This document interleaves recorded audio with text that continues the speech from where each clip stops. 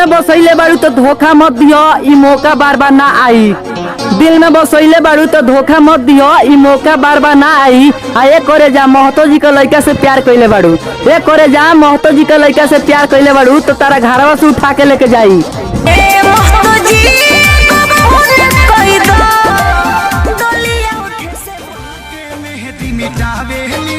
हमरे के समझावेली अखिया बालो राइल पागा लायल बड़ी अखिया बालो राइल पागा दिन रात रोइले जहर अपना देवरे से भेजा दो। अब बात न करबू हमरा से तो तू ही मुआ दो। मिले हमसे आयल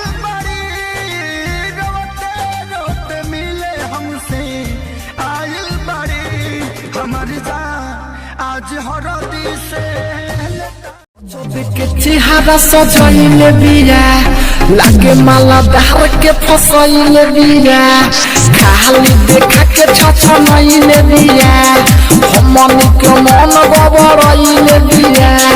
हिरनी के चाल ही महत के मालहिया देखी काहे कन्या कुमारी अपने से भगभग की सिंदिल उतारी गोरतनी बाप खिसियाइल बाणे बाप माई पूछे को बहुतरी पतोहिया। अच्छा तुम बिहारी हो, तुम लोग को तो बात करना भी नहीं आता, तुम लोग को इंग्लिश भी नहीं आती। सोन पाला बबू एहन से जे पर जाई गोरी गोहिर के छोड़ दी जानता हर ढोरी पूरा समियाना हिल जाएगा। पाला रोजे रोजे नया नया चेंज करो भरजन एगो दूगो माल न पटालो दुई दर्जन पुरन का लोभर गंगा जी में भले ना सुना ले ओ करे केहू के रोइया डाली से टूटते आशीष सुख जले पतैया। तू सलामत रह जी राम से बदनाम भइनी रानी तुम्हारे नाम से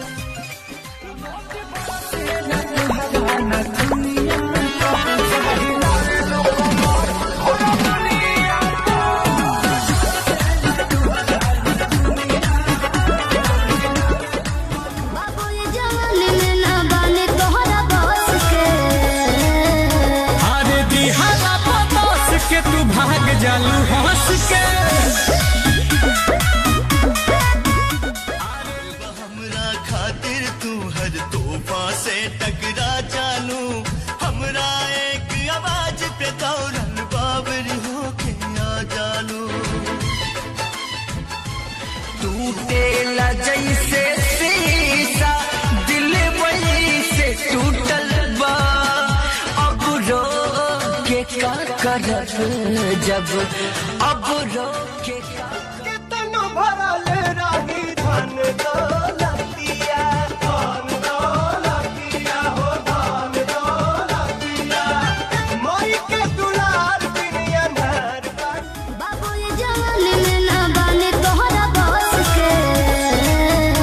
अरे दिहारा बस के तू भाग जालू हंस के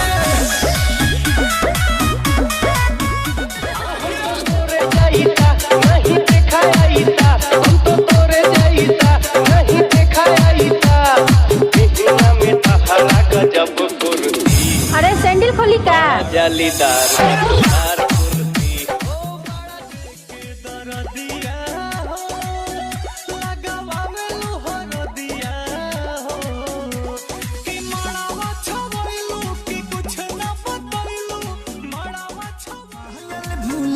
बाकी झुमकाई रानी बोलत ना बाड़ू का बाटे परेशानी काहे तोहर भोरे से लटकल बलोला हो लटकल की तहर दीदी के पटौनी चॉकलेट से तोहर